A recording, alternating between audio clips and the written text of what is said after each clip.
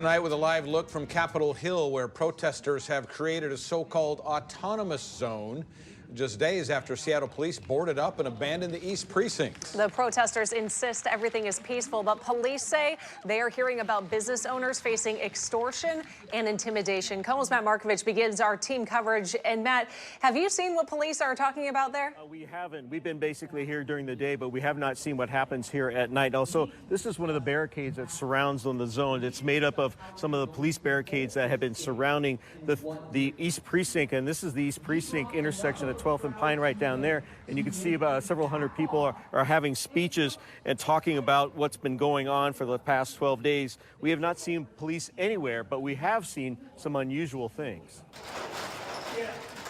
That's Seattle Fire Chief Harold Scoggins, alone, trying to secure the garage entrance to the East Precinct. Don't know if there's been looting, but it's been abandoned by police. There are no officers that can be seen. I just find it unusual that the fire chief is doing this by himself.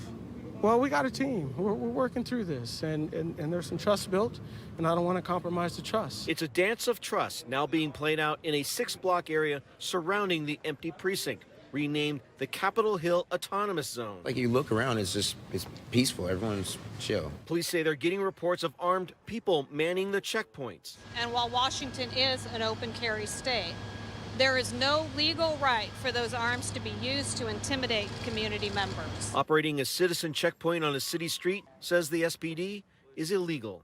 We have heard anecdotally reports of citizens and businesses being asked to pay a fee to operate within this area. This is the crime of extortion. But a protest co-leader says not so. So yeah, definitely no extortion. No, definitely not. We've invited people to come in. We did not see any extortion or intimidation or armed people, but that doesn't mean it's not happening. Police say they want to negotiate with protest leaders to return officers to the precinct, but both police and protesters admit there are no leaders. Everyone's stepping up and being a leader, and everyone taking initiative and not being complacent and watching out for each other. But what's happening on Capitol Hill is having an effect citywide. Right now, we are on priority calls only, which means that people citywide that need a police response are not receiving it. And that to us is just not acceptable. There are hundreds of demonstrators here for what appears to be a teach-in, and many of these demonstrators tell me they're not going anywhere until changes are made. This is the people's community right here. All around the Seattle Police East Precinct, spray-painted signs that demonstrators have taken over. Seattle People Department, the property of the people, Capitol Hill Autonomous Zone. It's not nothing aggressive or violent or nothing like that. We didn't come out here for any of that. All we wanted was what was equal and what was right. Seattle Police Chief Carmen Best reopened Pine Street to the public Monday and had expected protesters to march through, but instead they stayed and have camped out for the past 2 nights. Protesters tell us they want a number of changes to defund SPD as part of the Black Lives Matter movement. Lives taken by police matter. All lives matters. Black Lives Matter, that's what those faces on the walls. Black lives killed by the police. Some businesses and residents tell me off camera they're worried about the potential of an uprising without police around, but that hasn't happened. A lot of mixed emotions, honestly, that's going on right now. Some people are happy with it, some people aren't. Vivian Hua is with Northwest Film Forum, just doors away from the Seattle Police Department. The community really seemed to be happy that they were in a space without kind of antagonistic police presence or exchanges. It's a long time coming. Christopher Dara lives nearby. He says the entire experience is one worth learning from. I was up here last night, and there was people having teach-ins and talks, political discussions. Seattle Public Schools has partnered with the Seattle Police Department to bring members of law enforcement into classrooms. But in recent days, the district has faced pressure to move officers out of schools. KOMO's Kara Kosnich is live in West Seattle with more. There are parents, students, and staff who are outraged by this decision. I was just devastated. That was the reaction of veteran middle school teacher Leticia Clausen when she learned her beloved school emphasis officer would not be returning to her classroom. I understand, the both sides of the coin, but then we're wiping even, the amazing people like him who do an amazing job. We're not considering them to remain in the school. And that's left teachers and parents asking why. I think it's a knee-jerk reaction. Superintendent Denise Juneau made the decision to suspend the district's partnership with the Seattle Police Department for 1 year.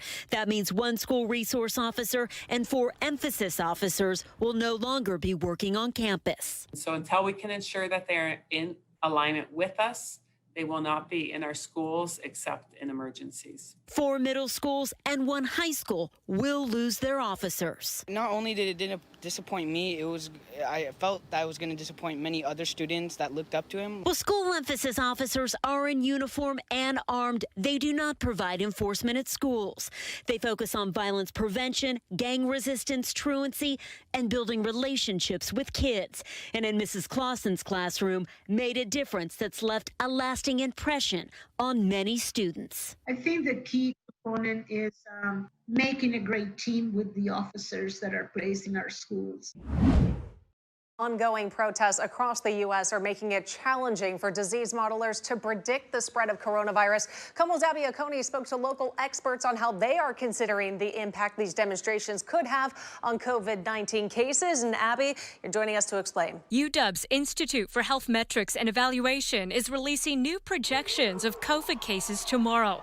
One scientist tells me while models can take into account people's movement, also called mobility, it's difficult determining whether that movement stems specifically from protests versus other activities. All what we know is we see a spike in mobility in Seattle, and we don't know if it's demonstrators only or something else is going on in Seattle. Another scientist from Fred Hutch says the latest models are not just considering the protests, but all of the activity from the slow opening of the economy. How do these protests and the gradual reopening of the country impact the accuracy of COVID projections? It's possible that the models will be accurate over the short term, but it really will be difficult to separate out the reasons, and that will impact the long term. While these protests present a threat for spreading COVID-19, many scientists say that this movement is important, saying that racism is a public health issue. People of color have a lower life expectancy.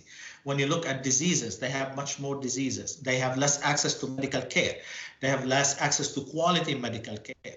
King County Public Health today in a meeting also discussed saying racism is a public health crisis, and their team of experts discussing how data shows that compared to white people, people of color are more likely to suffer from cardiovascular diseases, other issues, and are less likely to live longer, healthier lives. They say they are trying to engage the community to listen and address these issues.